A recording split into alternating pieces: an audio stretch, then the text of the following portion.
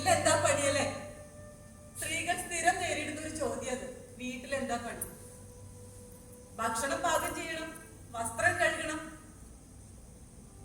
അടിക്കണം, തുടയ്ക്കണം, എല്ലാം കഴിഞ്ഞ് കെട്ടിയോനെ കുട്ടികളെ ഒരുക്കി വിടണം, ഒടുക്ക ഓടിപ്പിടഞ്ഞ് കൃത്യസമയത്ത് ഇവിടെ എത്തും വേണം. ഇതെല്ലതും ഈ ചോദിക്കുന്നവര് വല്ലതും അറിയോ?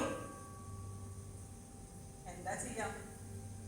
സാധനങ്ങളുടെ വില ഭയങ്കര റേറ്റല്ലേ?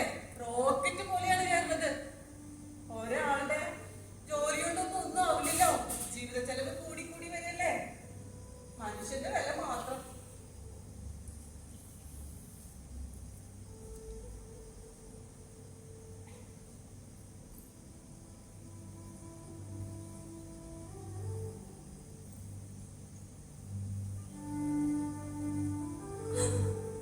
ഇത് നമ്മുടെ പഴയ കഥയില് കിഴവനും കഴുതയല്ലേ? അയാൾക്കൊരു യോഗേ ഇപ്പോഴും കഴുതിയെ ചുമക്കണേ.